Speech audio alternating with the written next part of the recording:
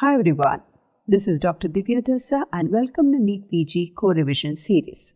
These series are structured, focused and exam oriented so that you can recall faster and more confidently in your exams. And in today's session, we are going to break down the anatomy of kidney and ureter and into very high-yielding, clear and exam-oriented concepts. So let's get started. So kidneys are a pair of mainly excretory organs. Okay, so they produce the urine, they elaborate the urine and eliminate the nitrogenous waste from protein metabolism. So in addition to that, it also maintains, okay, so it eliminates the nitrogenous waste from protein metabolism from the blood, as well as it maintains the water and electrolyte balance. In addition to that, the kidney also functions as endocrine organ. So here it produces three main hormones, the kidneys. We have the renin, it secretes renin. So renin mainly helps in maintaining the blood flow and blood pressure for the autoregulation of blood flow, blood pressure. Then erythropoietin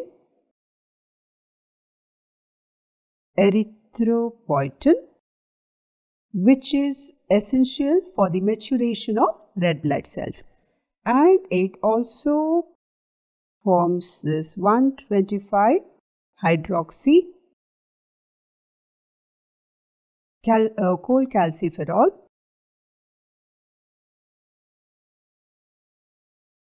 for the control of calcium metabolism. So these are the main functions, okay, so it also functions as an endocrine organ other than being an excretory organ. Now kidney, when we see in the body, okay, it is situated retroperitoneally in the posterior abdominal wall, okay, so it is situated retroperitoneally in the posterior abdominal wall by the side of the vertebral column, so on either side of the vertebral column. And it will extend from T12, that is the 12th thoracic up to the 3rd lumbar vertebrae.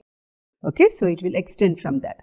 And if we see here, the right kidney is slightly lower compared to the left kidney because of the presence of the liver on the right side. The left kidney also is longer. The left kidney will be longer, narrower and more closer to the midline. That is towards the vertebral column when compared with the right kidney. So the kidney's long axis will be directed downwards and laterally. Okay, so downwards as well as laterally, the long axis. So that what happens, the upper end lies closer to the vertebral column than the lower end. The transverse axis will be directed backwards. Okay, the transverse axis will go backwards and laterally. Transverse axis will be directed backwards and laterally. That is mainly because kidney, they rest on the sloping paravertebral gutter, those muscles which are present there. So when we see the transpyloric plane, okay, so the transpyloric plane, when we draw the transpyloric plane, it will pass through the upper end of the hilum of right kidney and the lower end of the hilum of the left kidney. Okay, because the right kidney is slightly lower, right?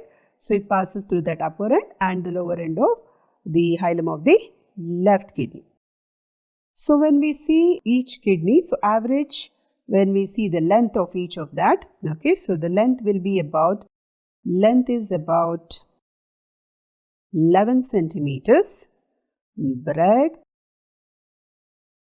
is about 6 centimeters and thickness, it measures about 3 centimeters. So the weight in males, okay, so the weight in males, it is usually 150 to 170 grams, so in males, whereas in females, it is about 130 to 150 grams. Okay, so that is roughly the weight. And if you see, it is each of them is like a bean shaped with the hilum. It has a hilum which is directed medially. So the kidneys, they move with respiration. Okay, the kidneys move with the respiration because it is placed subdiaphragmatically. So it moves with respiration, just about 1.5 to 2.5 centimeters. It keeps moving. And usually, also from when we get up from that is basically from the recumbent position to standing position, also it will move slightly downwards.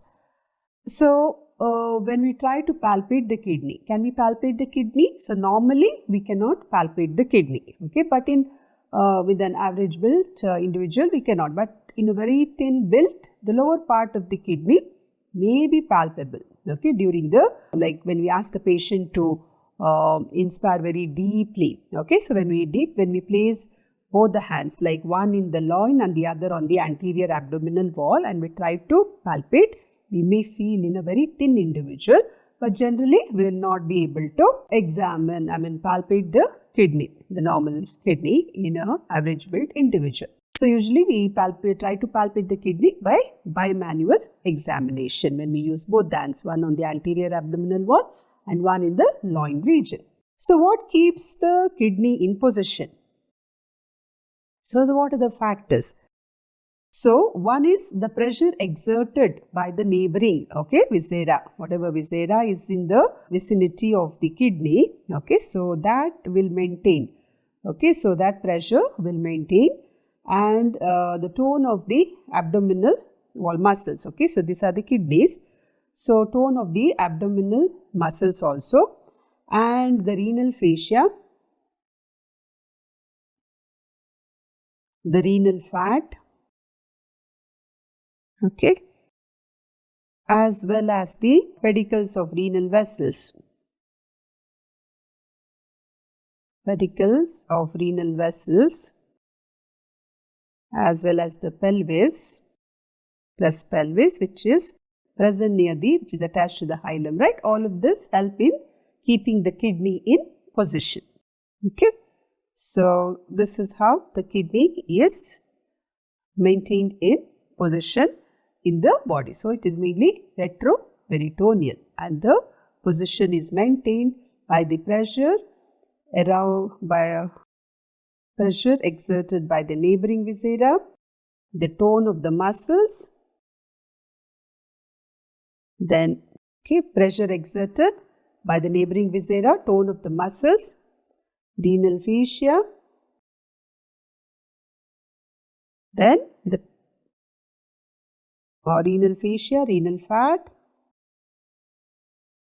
as well as the renal vessels and pelvis, okay, vessels and pelvis at the pelvis at the hilum. So these will maintain the kidney in position. So next, so already I mentioned to you the shape and size of the kidney. So shape, what is the shape of the kidney? The shape, it is bean shaped,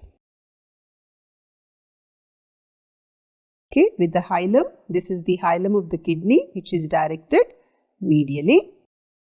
So measures about length into breadth into thickness when we take, okay, it measures about 11 into 6 into 3 centimeters, okay, and the weight is about how much in males? It is about 150 to 170 grams in males and about 130 to 150 grams in females, okay, right. So when we see the features of the kidney, okay, so features, when we say the presenting features, so what does it have? So it will have two surfaces, okay, so the kidney will have two surfaces. So if you see here, the presenting parts, two surfaces. Which are the two surfaces? The anterior and posterior surface. It will have two ends, the upper end and lower end, and two borders, if you say, okay, two borders, that is the lateral and the medial border. So this is the medial border, and at the medial border there is what we call as hilum. So hilum is present along the medial border of the kidney. So at the hilum, at the hilum we have three structures which are present, which are arranged from before backwards or from anterior to posterior, at the hilum. So we have the renal vein, the renal artery, and the renal pelvis,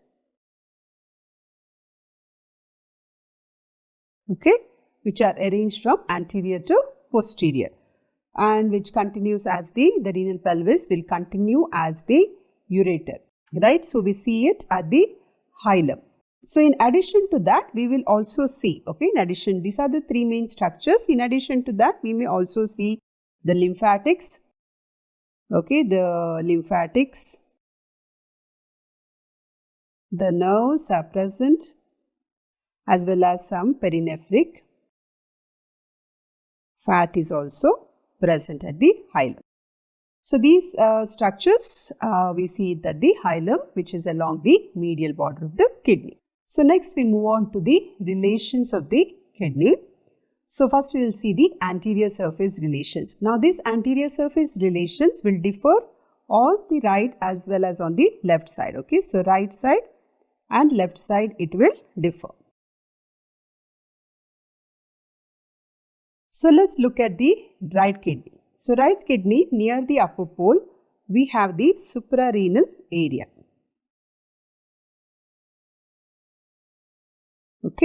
Then near the hilum, so in along the medial border in front of this hilum we have the duodenal area. So this area is the duodenal area. So in the duodenal area, the second part of the duodenum, comes in relation to that. Then we have the hepatic area.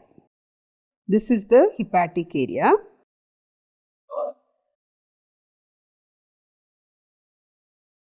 So this portion is related to the right lobe of the liver, and it is separated by the pouch of Morrison. The Morrison's pouch is between this surface of the kidney, this part, as well as the right lobe of the liver. So this is peritoneal. So here the peritoneum is in relation, whereas for the suprarenal gland and the duodenal area, they are non-peritoneal. Then we have here, this is the colic area. This is the colic area. It is non-peritoneal and it is closer to the lower pole of the kidney, lateral part, and it is related to the right colic flexure. Right colic flexure, when we say the ascending colon, when it continues with the transverse colon, that flexure which is formed, that is the right colic flexure. So it is related here. And a small area here, it is related to jejunum, jejunal area. It is a small peritoneal area where a few coils of jejunum are in relation. So here only two areas, that is the hepatic and the jejunal area, are peritoneal. Rest of all are non-peritoneal. So they'll be mainly covered by the peritoneum of the greater sac. Now if we see the left kidney, so the left kidney here, it has 6 areas here. So if you see here with at the upper pole, we have again the suprarenal area. This is the suprarenal area, and then we have the splenic area. Along the lateral border here, this is the splenic area. So it is related with the spleen, and here we have the gastric area. This is the gastric area. It's a small triangular area which we see here. It is basically related to the posterior inferior surface of the stomach. Posterior inferior surface of stomach. So stomach is in relation here. Then here large area which we see, is the pancreatic area. This is the pancreatic area. Pancreatic area. And then we have the colic area. So this along the lateral part, we have the colic area where the left colic flexure is in relation. And this part forms the jejunal area. Okay, so here 3 areas are peritoneal, okay, and 3 areas non-peritoneal. So the peritoneal, we see the gastric covered by the lesser sac, the splenic area and the jejunal area which is covered by the greater sac. Okay, so gastric area covered by lesser sac, whereas these 2 areas they are covered by the greater sac. So this is the 3 areas which are covered by the peritoneum here. Then we see the linorenal ligament, okay, is attached here, where the gastric area and splenic area, that junction, no, we have the attachment of the linorenal ligament. Okay, so the ligament in relation to the spleen and the kidney, we have the linorenal ligament here. And 3 glands come in contact with the left kidney. So which are those 3 glands? If you see here, we have the suprarenal gland here. Okay, so suprarenal, the spleen and the pancreas. Okay, so 3 glands come in relation to the left kidney. And 3 parts of GI tract. Which are the 3 parts? We have the stomach, we have the jejunum and we have the colon. Okay, which come in relation to the left kidney. Okay, so that is some of the peculiar features which we can remember about the relations of anterior surface of the left kidney. Moving on to the posterior relations. Okay, so posterior relations, now here you have to remember the right kidney is slightly lower than the left kidney, right? So it differs here. So in the upper and the lower part there are a little bit changes in the relations. So first we will see, this is here, you have to understand this is the left kidney and this is the right kidney. Okay, so posterior surface, when we compare to the anterior surface looks more of a lobulated kind of appearance it has. Okay, irregular surface it will have. That is basically because of the lobulated origin of the developmental origin of the kidney. Whereas the posterior surface, right, it is flat and it is directed backwards and medially. So here the entire surface will be non-peritoneal. Anterior surface we saw some part of it was peritoneal, some part of it was non-peritoneal, but here the entire is non-peritoneal. So here we have 2 parts, the upper part. So this will be the upper part. Okay, so these 2 will be the upper part, whereas these will be the lower. So in the upper part relations, if you see the diaphragm, okay, what do we see? The diaphragm is in relation to that. Okay, so diaphragm there which arises from the medial and lateral arcuate ligaments. Okay, so we will see the diaphragm.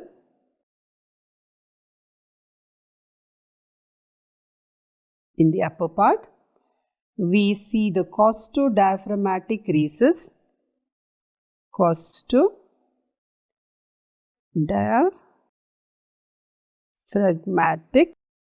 diaphragmatic recess we see. And if we see, we will see 2 ribs, okay, that is 11th and 12th rib on the left side, whereas on the right side we see only the 12th rib, okay. That is because the right kidney is slightly lower, right. So that is why we do not see both the ribs on the right side. Then here in the lower part, okay, so from medial to lateral side, if you see, the structures in relation will be, one is the psoas major, 3 muscles we will see, okay. So here from medial to lateral we have the psoas major covered by its fascia. Then we have quadratus lumborum,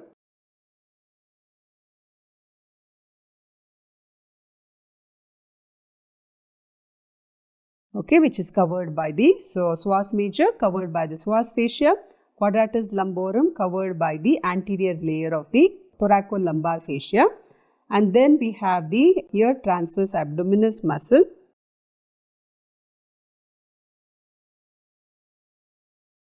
in relation, okay, which is covered by the fascia transversalis. So these 3 muscles are in relation there. Then we also see the paranephric fat, okay, paranephric fat is present and deep to the thoracolumbar fascia here, okay, in the middle part where we have the quadratus lumborum in relation. Here we will see three nerves from above downwards. If we go 1, 2, 3 here, from above downwards, we see three things. One is here, okay, these are basically the subcostal vessels and nerves, okay, subcostal below the ribs, so we have subcostal nerve and vessels. Then we have the iliohypogastric nerve, so this is the iliohypogastric nerve, and then we have the ilioinguinal nerve, ilioinguinal nerve, okay. And sometimes on the right side, okay, right side we also see, okay, it's only on the right side. So on the right side we will see the fourth lumbar artery, okay, fourth lumbar artery is seen only on the right side. So this is about the relations on the posterior aspect, okay. So three muscles we see and three nerves in the lower part, that is important there, which we see in relation to the posterior surface. So here on the posterior surface you have to remember one thing, that is known as the renal angle. So what is this renal angle? So renal angle, it is basically the angulation between the lower border, okay, lower border, if you see here, it is the angulation between the lower border of the 12th rib and the lateral border of erector spinae muscle, okay, lower border. So here that angulation, what we get, we call it as the renal angle. So the posterior surface of the lower part, okay, so the lower part of the kidney lies beneath that renal angle. So this part is not encroached by the costodiaphragmatic recess of the pleura. So why this renal angle here is important is the renal colic pain, okay, renal, when there is a stone in the kidney, okay, so the colic pain which starts, right, the renal colic pain usually shoots downwards and forwards from the renal angle to the groin, okay, so from the renal angle to the groin region, downwards and forwards the pain will be radiating. So that is about the renal angle. So renal angle is basically the angulation between the lower border of the 12th rib and the erector spinae muscle. Next we have to know about the coverings of the kidney, the capsule or the coverings of the kidney. So when we come to capsule or the coverings of the kidney, there are four things which covers the kidney, okay. So we have one, that is the fibrous capsule. Fibrous capsule. So what is this fibrous capsule? It is also known as the true capsule, okay. So it is the true capsule. Then we have the perinephric fat, okay, perinephric fat. And then we have the renal fascia and paranephric fat.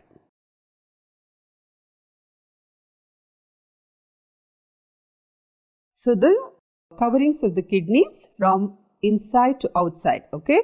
We have the fibrous capsule or the true capsule, then the perinephric, so here you can see. So this will be the fibrous capsule. Then we have the perinephric fat, okay, where there is adipose tissue, adipose capsule. Then we have the renal fascia, which is known as the false capsule or also called as fascia of 𝗬𝗓. Fascia of 𝗬𝗓, okay. So that is nothing but the false capsule or the renal fascia we say, and outside to that there will be the paranephric fat. Okay, so first coming to the fibrous capsule. The fibrous capsule here is formed by the condensation of the fibrous stroma of the kidney. Okay, so fibrous stroma of the kidney, it condenses and forms the fibrous capsule. The capsule now here, if you see, it covers the entire organ. Here also we can see. So it covers the entire kidney. Okay, it lines the wall of the renal sinus here. and is reflected as tubular sheets around the, okay, so even towards the inside it goes, the renal sinus, and from there it is reflected onto the major and minor calyces, okay, as tubular sheet, as well as to the pelvis. The minor calyces form, then they unite, they form the major leads on to the pelvis, right. So it forms a tubular sheet around this minor, major and major calyces as well as the pelvis. So in 𝗲𝗏𝗃𝗃, okay, 𝗲𝗏𝗃𝗃. In 𝗲𝗏𝗃𝗃, so here what happens, sometimes the mobile removable kidney, okay, is fixed by this surgery, that is known as the 𝗲𝗏𝗃𝗃. So here what they do is they divide this fibrous capsule along the lateral border, okay, so along this lateral border of the kidney, okay, in 𝗲𝗏𝗃𝗃, along the lateral border of the kidney, fibrous capsule is stripped or divided, okay, it is divided, and the posterior flap of the capsule is sutured to the last strip, that is the 12th rib, or to the muscle of the posterior abdominal wall, okay. So it is divided, the fascia is divided, and the fascia, the posterior flap of it, is fixed to the 12th rib or to the muscle, that posterior abdominal wall muscle, okay. So that is one thing. So that is the importance of fibrous capsule, as well as in case of in suppression of urine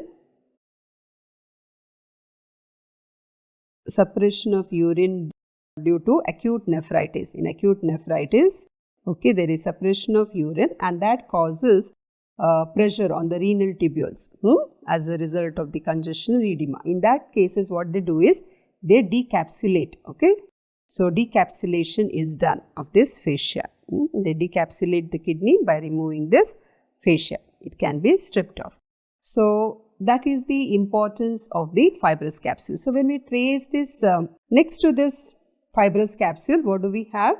The next thing is the perinephric fat. Okay, so the perinephric fat is between this fibrous capsule as well as the fascia of Geroda. So here we will see the perinephric fat.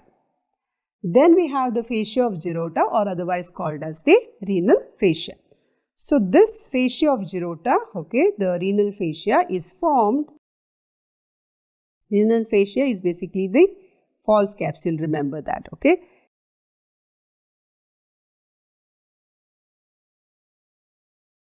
So the renal fascia, it is formed by the condensation of extraperitoneal connective tissue, okay, connective tissue around the kidney.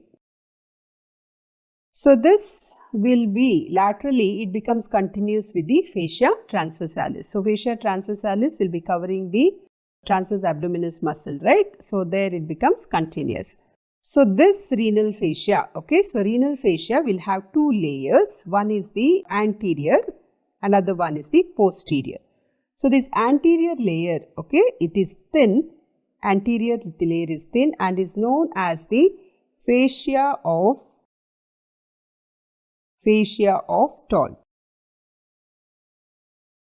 Okay, fascia of Ṭol. So that is the anterior layer. Whereas the posterior layer, when we take the posterior layer here, the posterior layer will be thick and it is known as fascia of Ẓăr. Okay, it is known as fascia of Ẓăr-Kendall. Okay, Ẓăr-Kendall. So that is the two fascia which we see. They are nothing but the anterior and posterior layers of the fascia of Geroda or renal fascia. So when we trace, okay, so we will trace this fascia. So laterally, okay, so laterally what happens? Both the layers, okay, they are fused along the lateral border of the kidney and they are continuous with the fascia transversalis, right? So here they become continuous with the fascia transversalis. Medially if you see, the anterior layer will cover the front of the kidney and the renal vessels, okay, it will cover the renal vessels and it is continuous with the similar layer of the opposite side. okay, in front of the aorta and the inferior. This is the aorta, abdominal aorta, and this is the inferior vena cava. So it becomes continuous with the similar layer of the opposite side. So this continuity, we can trace it up to the origin of the superior mesenteric artery. The posterior layer now, it covers the back of the kidney, the renal vessels, and it blends with the fascia of, now here we have the psoas major muscle. Okay, so it will blend with the fascia of the psoas major. Okay, that is the psoas fascia, and it is attached to the bodies of the vertebrae here. Okay, so it gets attached to the body of the vertebrae. So this is the posterior layer. Then if we trace, so this was anteriorly and posteriorly. Whereas when we trace it above, so here if you see both the layers, the anterior layer, okay, here anterior layer and the posterior layer, they will fuse at the upper end of the kidney. Okay, they will fuse at the upper end of the kidney, and they will again split to enclose the suprarenal gland. Okay, suprarenal gland. So above, at the upper end of the suprarenal gland, they unite and they will be continuous with the diaphragmatic fascia. Okay, where they form the suspensory ligament of suprarenal gland.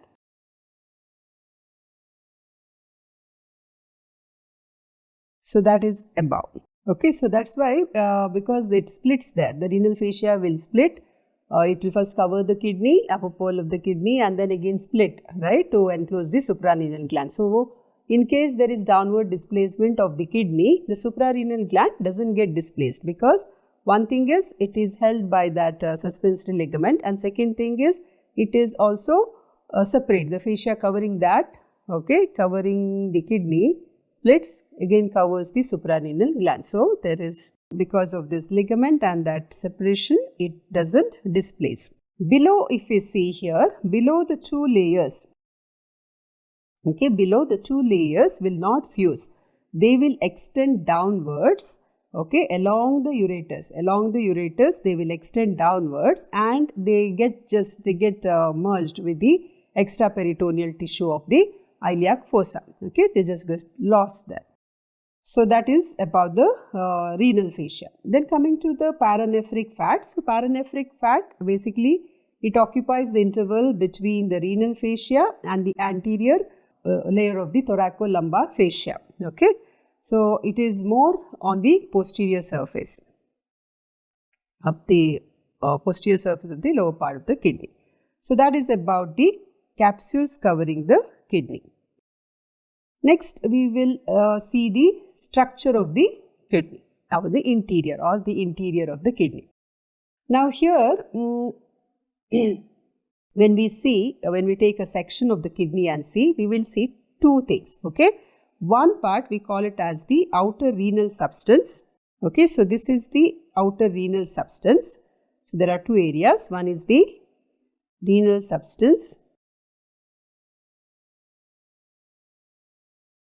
which is outer area, and we have the inner renal sinus,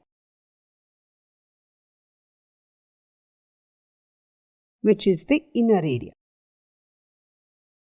Okay, outer renal substance, and so this is the renal sinus and this is the renal substance. So when we say renal substance, it basically consists of two things. Okay, one is the medulla, the inner medulla, and the outer cortex. Inner medulla and the outer cortex. So here if you see in the medulla will present about 8 to 10, okay, renal pyramids. So these are all renal pyramids.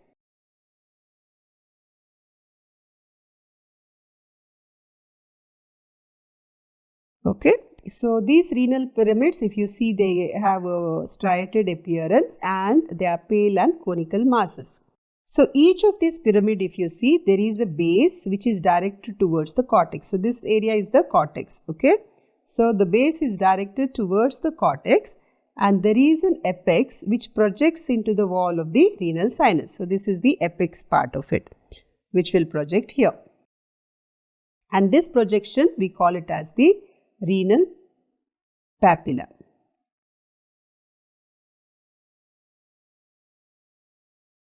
Renal papilla. So each of these renal papilla, it is perforated by about 16 or 20 or more ducts of Bellini. Okay, so it is known as these renal papillae. They are perforated by the ducts of Bellini. Okay, and it is received by the minor. These are all the minor calyces. So it is received by these minor calyces.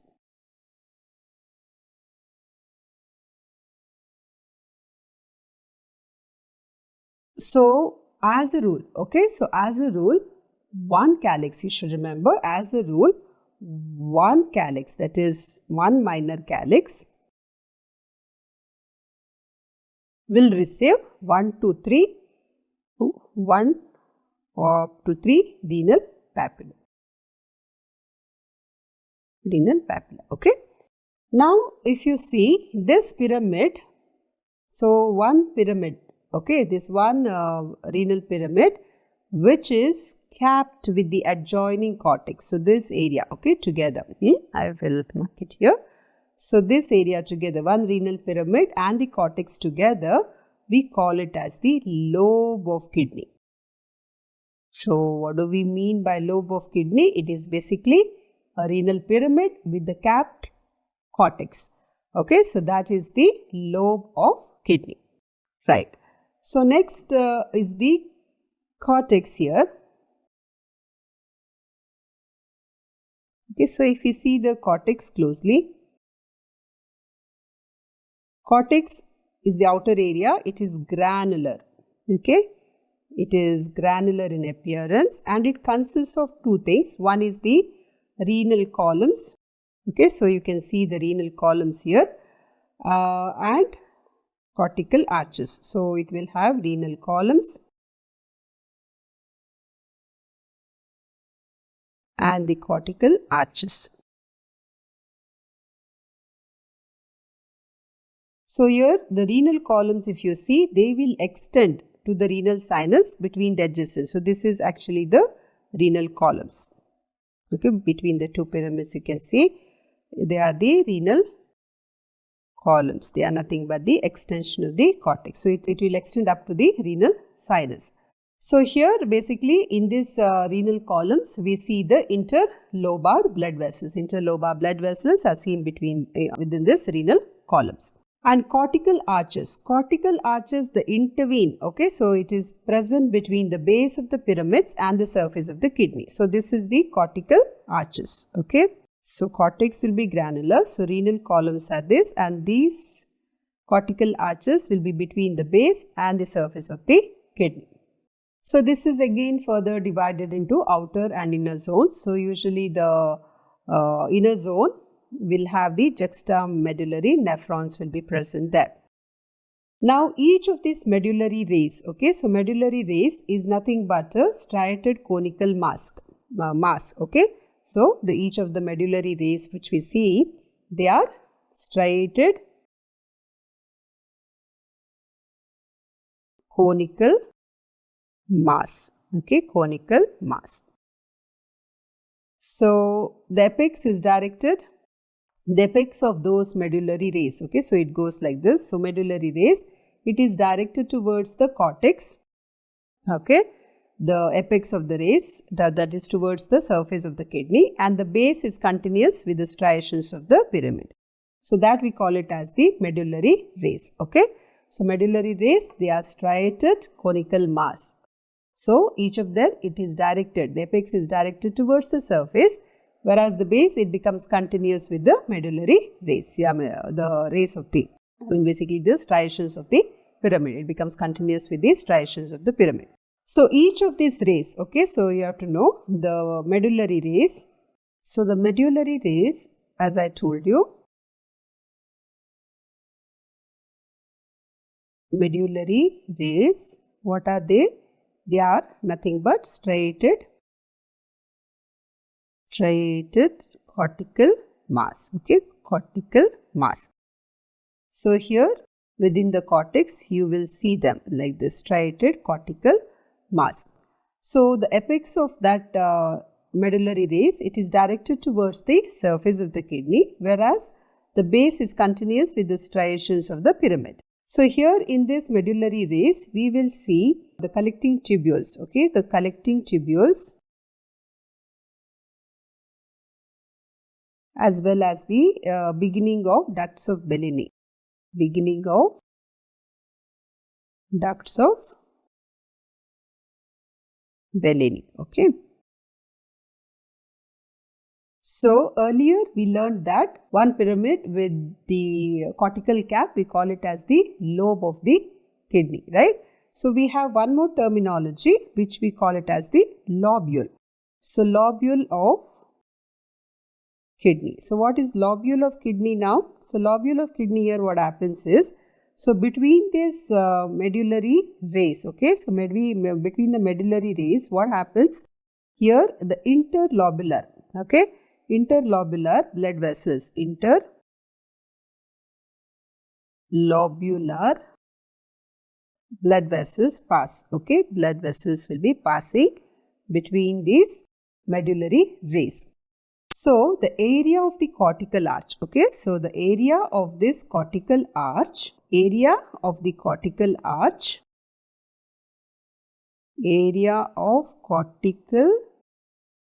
arch which is bounded, okay, it should be bounded on either side by the interlobular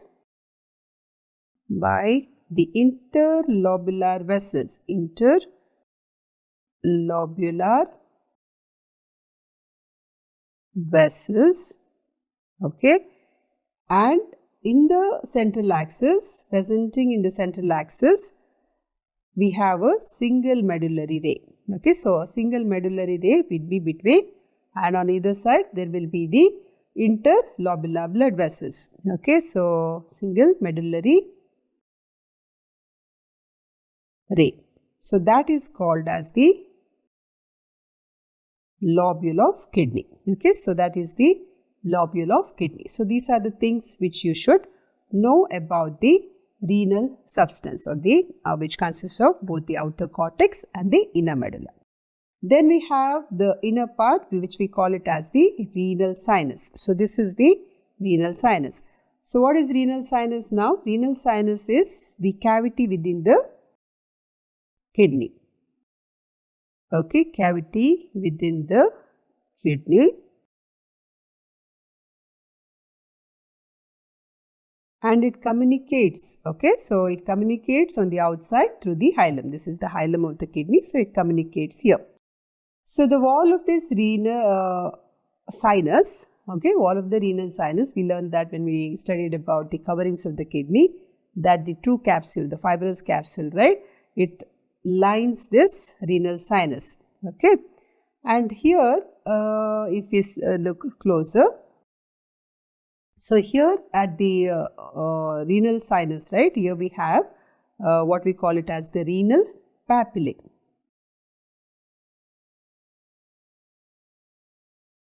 Okay, so that is towards the apex of the pyramid. We have the renal papillae which will be projecting here into the renal sinus. So what are the contents of renal sinus? What do we see in the renal sinus? One is, we see the renal blood vessels,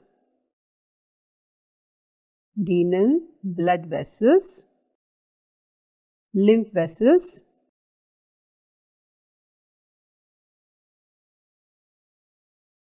and nerves.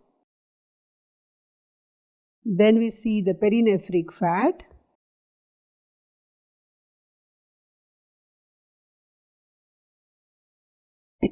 and we see the excretory part of the kidney, or excretory apparatus of the kidney. So what does the excretory apparatus consist of? It will have the major, the minor calyces, okay, So minor calyces, the major calyces, and the pelvis of the ureter. Okay. So those are the things. So we have the minor calyces, then the major calyces. So usually the minor calyces will be about, minor we have about 7 to 13. Okay, 7 to 13 minor calyces.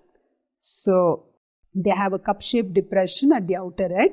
In ureteric obstruction, okay, in obstruction when there is hydronephrosis, what happens is these outer ends, they will be dilated like a club. Okay, so like a club-shaped dilatations we see, or club-shaped elevations we see in hydronephrosis when there is ureteric obstruction.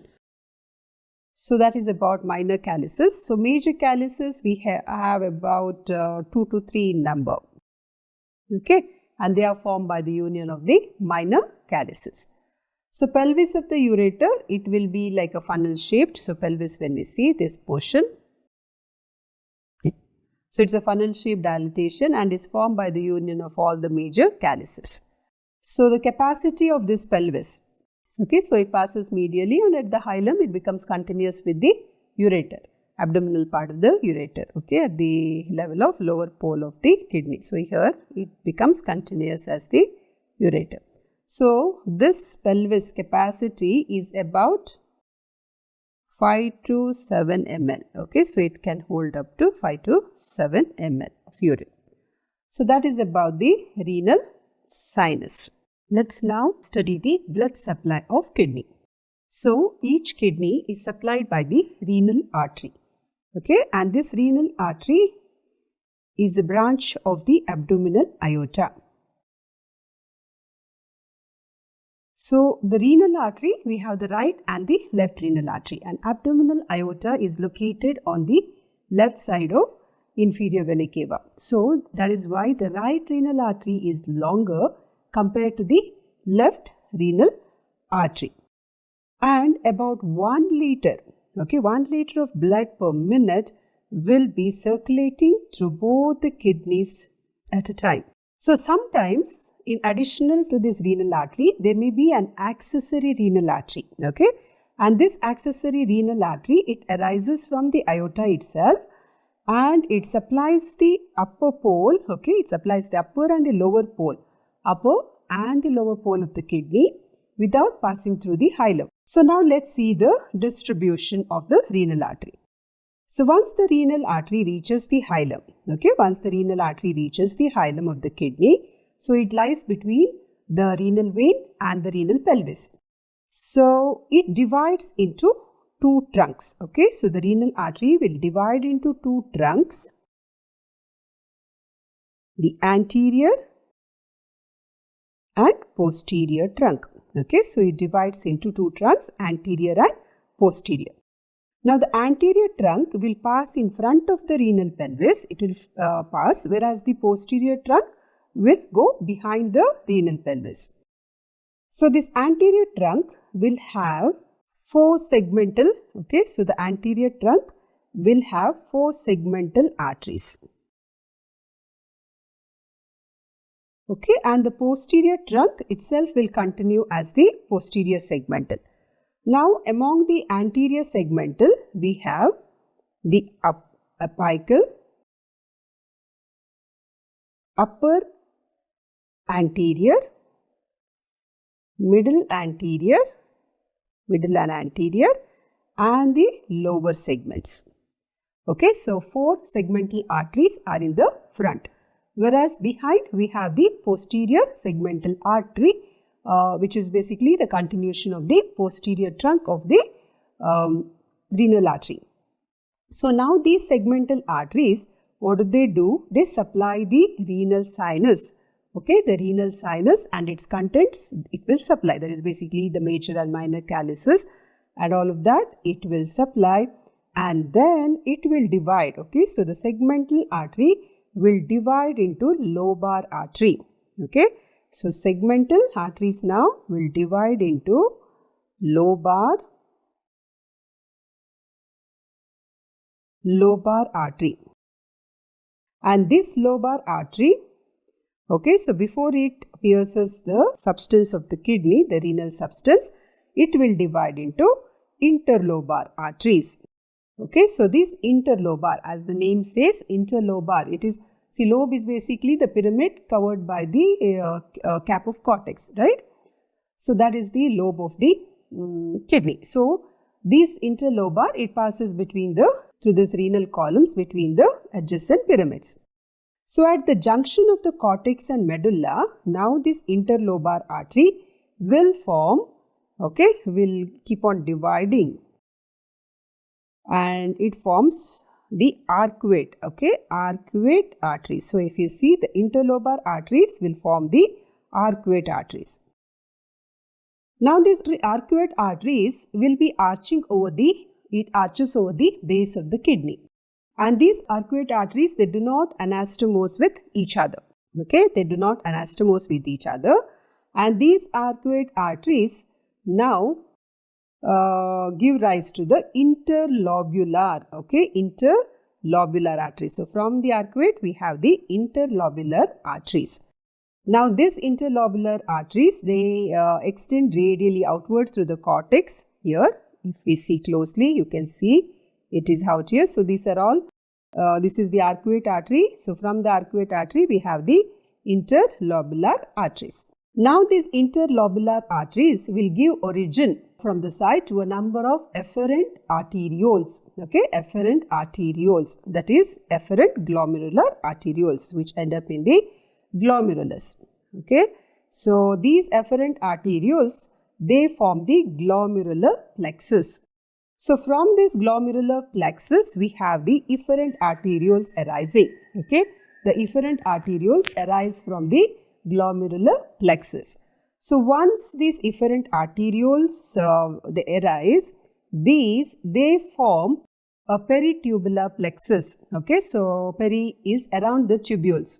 Okay, within the cortex, around the proximal and the distal convoluted tubules, they form a plexus, that is the peritubular capillary plexus. Now these peritubular capillary plexus, now they drain into the interlobular veins. They drain into interlobular veins, and interlobular veins drain into the arcuate, arcuate into the interlobar, and interlobar into the renal vein, which will finally drain into the inferior vena cava. So here the right renal vein is shorter because the inferior vena cava is more on the right side, whereas the left renal vein will be little longer. Okay, so because it is, it has to come from the left, and inferior vena cava is onto the right. So that is basically the major arterial circle. So here these branches of the renal arteries, they are all end arteries. Okay, because they do not anastomose, they are the end arteries. So the area of the kidney, okay, so the area of the kidney which is supplied, okay, by a lobar. So area of kidney supplied by a lobar artery. Okay, what is it called? Lobar artery. It is called a renule. So usually renule, it includes these one or two pyramids along with the adjacent cortex. So the amount of blood, okay, so the amount of blood which passes through the cortex is about, okay, amount of blood passing through the cortex is about 4 to 5 times more than the medulla. Okay, so here you can see the renal artery dividing into the lobar, interlobar, and then interlobar. Interlobar will form the arcuate, arcuate, again interlobular, and then from there the efferent arterioles here. Okay, efferent arterioles, they form the glomerular plexus, and from the plexus begins the efferent arterioles, and the efferent arterioles drain into the interlobular, interlobular into arcuate, arcuate into interlobar, and then we have the renal vein, finally, which drains into the inferior vena cava. Now here, this kidney, because of the segmental arteries, we have the kidney presenting 5 segments, okay, vascular segments. So we will see that. Okay, so the kidney, each kidney, okay, the right kidney and the left kidney, both of them will present 5 vascular segments. So this is the apical. Okay, so this is what you see. This is the anterior part and anterior view, and this is the posterior view which we can see. So this is the apical. Then we have the upper anterior.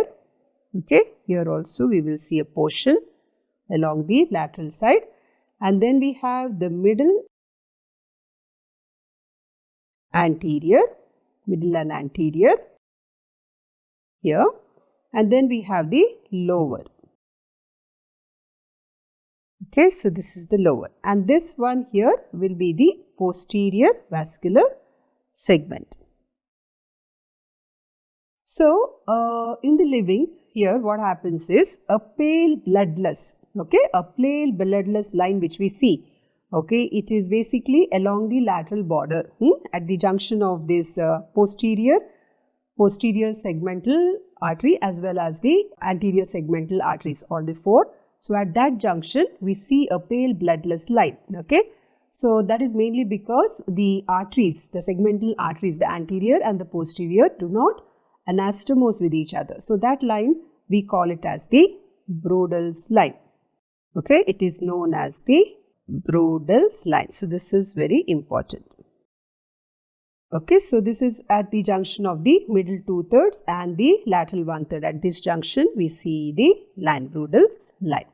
So, why this is important is since this is a bloodless, okay, the blood is less there comparatively, okay, it is not completely avascular because the tributaries of the renal vein will intercommunicate in this line, but the arteries we do not see them anastomosing there. So, here to remove the nephrolithotomy, okay, so when we have to remove the renal stones, okay, we approach the kidney along this line so that the amount of blood loss is less. Then, so this is the same vascular segments now. Here you can see. So, in the anterior part, so this is in the anterior part which we can see the apical, the upper anterior, the middle anterior and the lower here. And here we can see along the lateral aspect here now, okay. So, this is laterally, we can see the apical, this is the upper anterior, middle anterior and the lower, okay. This is the posteriorly we see this. So, this is the Brodal's line here, no? So, next moving on to, so here if you can see, this is basically the section of the kidney here and you can see it very nicely, this part. Okay, so here you can see all the anterior segmental arteries. So, this is in the anterior part. So, this is the posterior part here and this line what you can see. Okay, so here in this portion you can see there is no anastomosis. Okay, so in this portion here there is no anastomosis and it is comparatively pale. So, this area is the Brodal's line. Okay, so it is a pale bloodless area because of no anastomosis between the anterior and posterior segmental arteries. So, here if we make an incision and approach, the loss of blood is less. So, the lymphatics of the kidney, they basically drain into the lateral aortic group of lymph nodes. Okay, so lymphatics, they drain into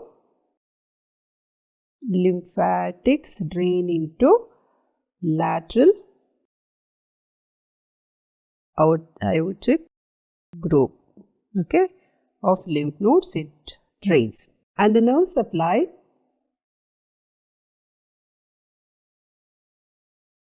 okay, so the nerve supply, so it has both sympathetic and the parasympathetic. The sympathetic is basically derived from the renal plexus, that is they take the origin from T10 to L1. Okay, so sympathetic arise from here and parasympathetic parasympathetic are derived from the vagus, both the vagus nerves, okay, both the vagus nerves. They supply the kidney, the sympathetic and the parasympathetic. So that is about the kidney. So next we will move on to the ureter. Okay, so next important structure, that is the ureters. So what are ureters? So it's a pair, right? Pair of thick-walled, okay, thick-walled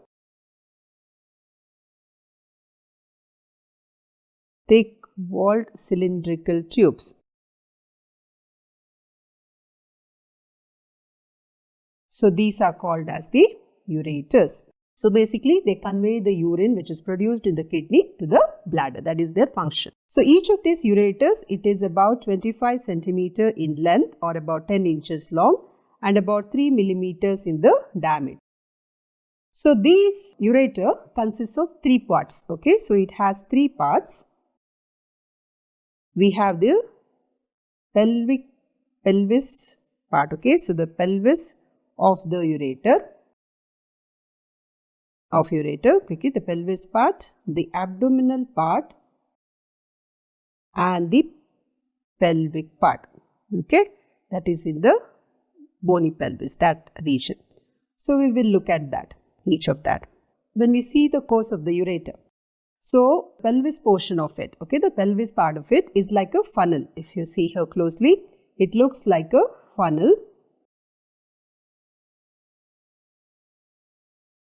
Okay, it's a funnel shape dilatation which we see in the upper part of the ureter, and this is formed within the renal sinus. We see the pelvis within the renal sinus. So how is the pelvis formed? The pelvis is formed by the union of major calyces. So minor calyces join to form the major, and major will form the will join together to form the pelvis. Okay.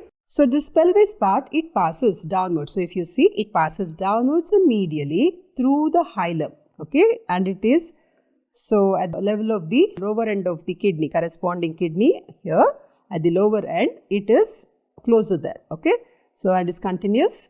It becomes continuous with the abdominal part of the ureter at the lower end of the corresponding kidney. So in this pelvis, the capacity is about 5 to 7 ml. Okay, so 5 to 7 ml of urine can be contained within this pelvis. Next, coming to the abdominal part. So here the abdominal part of the ureter, it passes downwards and slightly medially. Okay, slightly medially behind the peritoneum of the posterior abdominal wall. So it is not within the peritoneum, outside the peritoneum it passes. Okay. And it will enter the pelvic cavity. So where, at what level does it enter? This is very important. At what level it enters the pelvic cavity? So where does it enter? At the bifurcation. So this is the abdominal aorta dividing here into two common iliac. Okay, so it divides at the bifurcation of common iliac artery. Okay, so it divides at the bifurcation of the common iliac artery or at the commencement of external iliac artery. Okay, so either at the bifurcation or at the beginning of external iliac artery. So that is where it will end, the abdominal part. So this portion, the abdominal part of the ureter, it is plastered or it is attached to the parietal peritoneum. So here the relations, if we see, okay, the right side and the left side, there is slightly difference. So we will compare here and see the relations. So on both the sides we will see so both on the right side as well as on the left side we see the parietal peritoneum. So parietal peritoneum is seen both on the right and left. Then on the right side there is right gonadal vessels. There is on the left side there is left gonadal vessels. Okay, left gonadal vessels. So on the right side it is related to the second and third part of the duodenum, whereas on the left side we do not see any organs as such there. And here we see the right colic and ileocolic branches of colic branches of superior mesenteric vessels, okay? Whereas here we see the left colic and sigmoidal branches of inferior mesenteric vessels. Other than that, here we will see the root of the mesentery crossing, okay? So root of the mesentery is seen and the terminal part of the ileum is also seen. So root of the mesentery,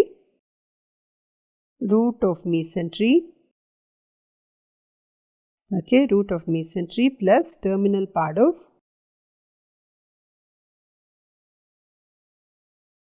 ileum is seen on the right side. Here we will see the apex of the inverted V-shaped attachment of the sigmoid mesocolon, okay? So sigmoid mesocolon attachment,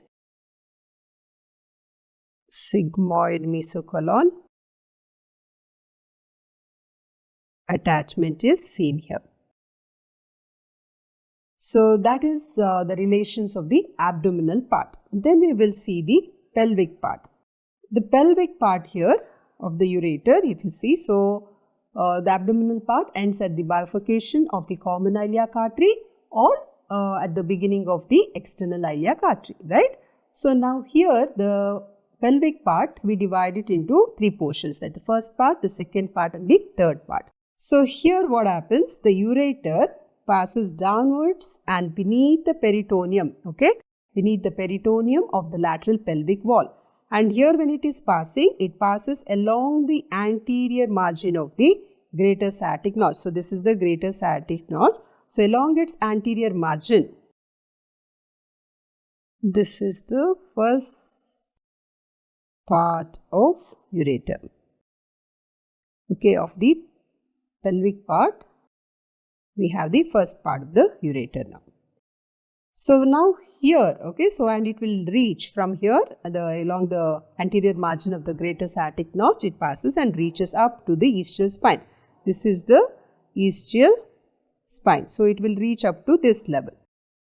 And from the ischial spine, now you see it will pass forwards, okay, and medially through the extraperitoneal tissue, okay, through the extraperitoneal tissue above the levator ani muscle. It passes forwards and medially, and it reaches up to the superolateral angle of the bladder, So this is the second part, okay. So this second part also we call it as the oblique part. First part we call it as the vertical part, okay. First part we call it as vertical. So this where it opens, okay, it reaches the superolateral angle of the urinary bladder and it will be at a distance of about 5 centimeters from the opposite ureter. So next we have the third part. The third part, if we see, it will pierce the musculature of the bladder, okay, it will pierce the bladder musculature and undergoes oblique submucosal course. So it is within the submucous of the bladder and it passes downwards and medially. So this we call it as the third part. Third part, or otherwise also called as the intravesical part.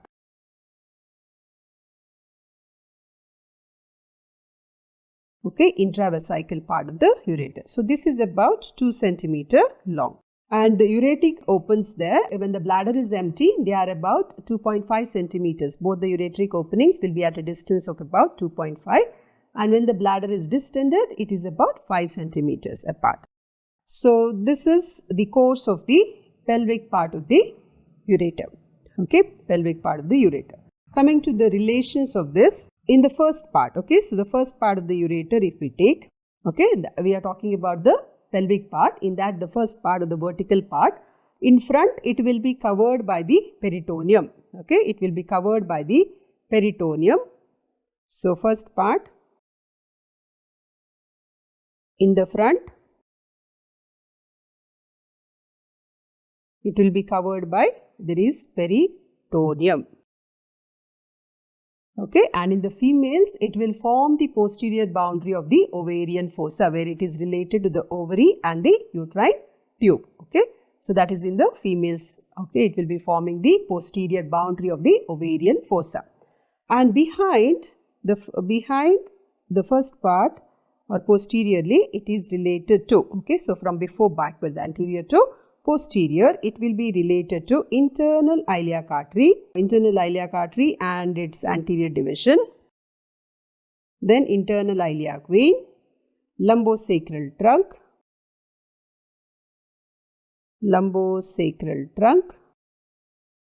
and sacroiliac joint.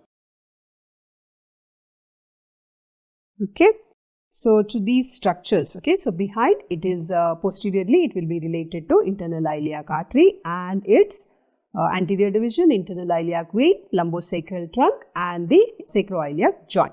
Medially, it will be covered by the peritoneum. Okay, so medially, it is covered by, we will see the peritoneum covering. And laterally, okay, so laterally the structures here, if you see, okay, laterally, what do we see? We see the obliterated umbilical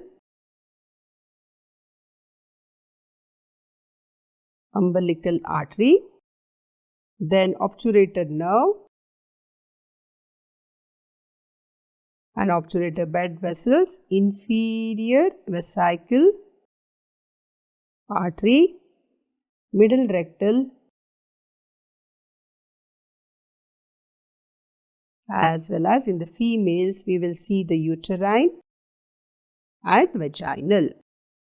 So these structures, they form the lateral region. All these are of the first part, okay, first part of the ureter. Next, coming to the second part relations. So second part of the ureter or the oblique part. So second part, it is, so vertical part was from the commencement, that is at the bifurcation of the common iliac artery up to the ischial spine, and from the ischial spine up to the superolateral angle of the bladder will be the second part, which is the oblique part. So this one in the males, it is related below and laterally. Below and laterally, it will be related to the levator ani muscle. Okay, the levator ani muscle and the fascia covering that. Whereas above and medially,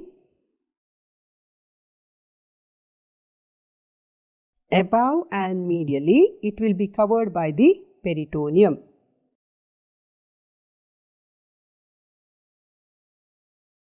Okay, and near the lateral angle, at the lateral angle,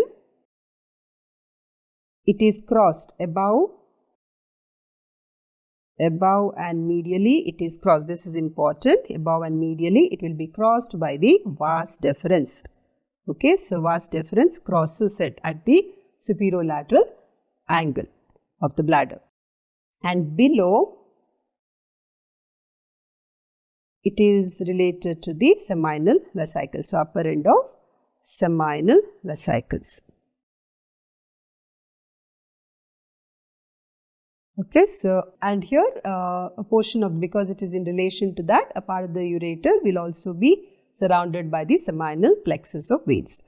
So this is in the males. Okay, so in the females, the second part in females, above, it is related to, okay, so the oblique part is related to the lower attached margin of the broad ligament. Okay, so the broad ligament, okay, the lower attached margin of the broad ligament is in relation in the upper part, as well as the uterine artery.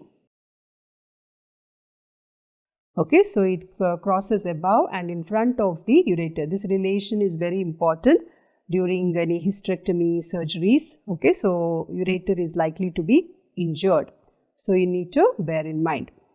And below, it is related to McEnroth's ligament, McEnroth's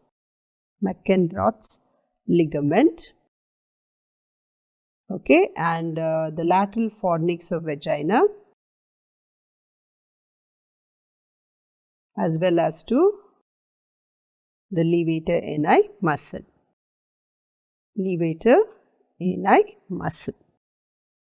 So those, they form the below relations. And medially, both the parts, they are related to this, both the parts means, I mean to say the ureter in females, it is related to the supravaginal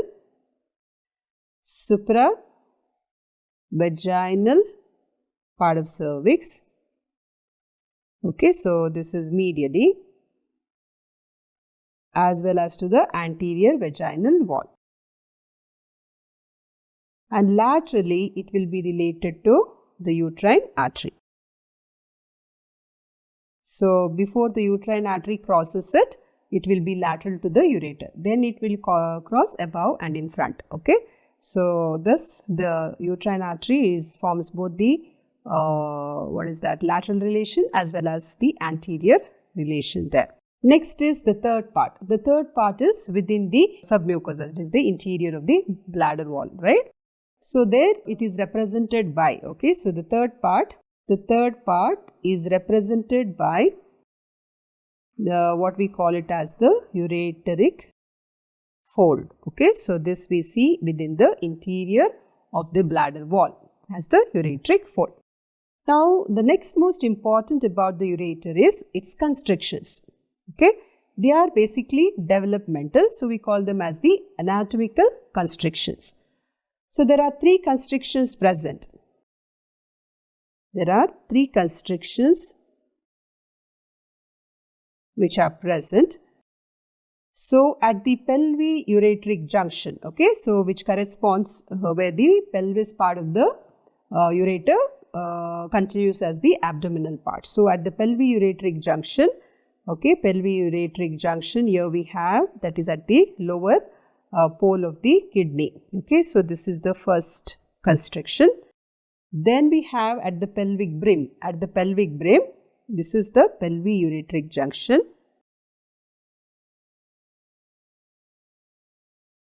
Okay, this is at the 𝗪𝗺𝗃 junction. This is at the pelvic brim. So this will be the second thing at the pelvic rim. And the third is where the ureter will pierce the bladder wall. Okay, so this is the third constriction where it pierces the bladder wall. So this one is the narrowest one. Of all the three, this constriction is narrow. This is about the constrictions of the ureter. So next we move on to the arterial supply. Now since the kidney lies in relation to many organs in the abdomen, so it is supplied by all of those vessels. So if you see from above downwards, we have the renal arteries supplying it, renal arteries, then gonadal arteries, then the lumbar, the peritoneal arteries, internal iliac artery branches from that, the inferior vesicle, and in females it also includes the uterine and vaginal arteries.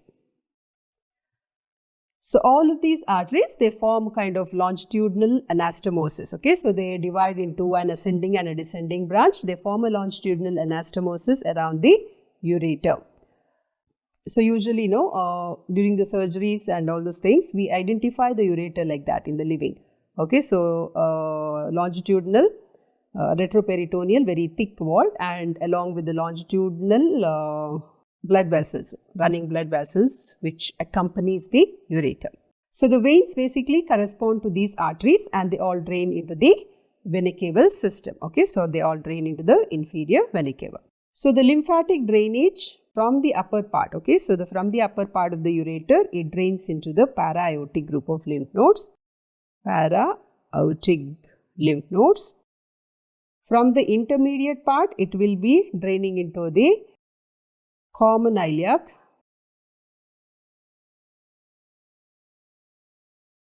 and from the lower part here, it will be draining into the internal and external iliac, lymph nodes. So the nerve supply, okay, so here again both by the sympathetic as well as the parasympathetic. So the sympathetic nerve supply is mainly by the sympathetic, is supplied by the renal, gonadal and superior hypogastric plexus. Hypogastric plexus which are derived from the, okay, so the preganglionic fibers, they are mainly derived from T10 to L1. And parasympathetic is mainly derived from the vagus and pelvic splanchnic nerves. Pelvic splanchnic nerves, okay. So they give the parasympathetic supply.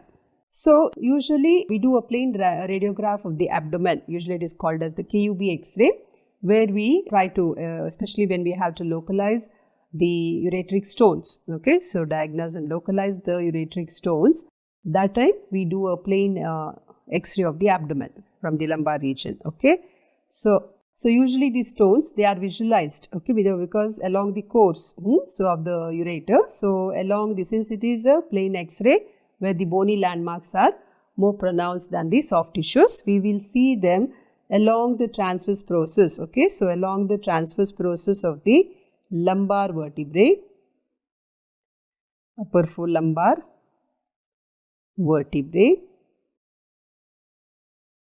then at the sacroiliac joint, okay, near the sacroiliac joint as well as near the ischial spine,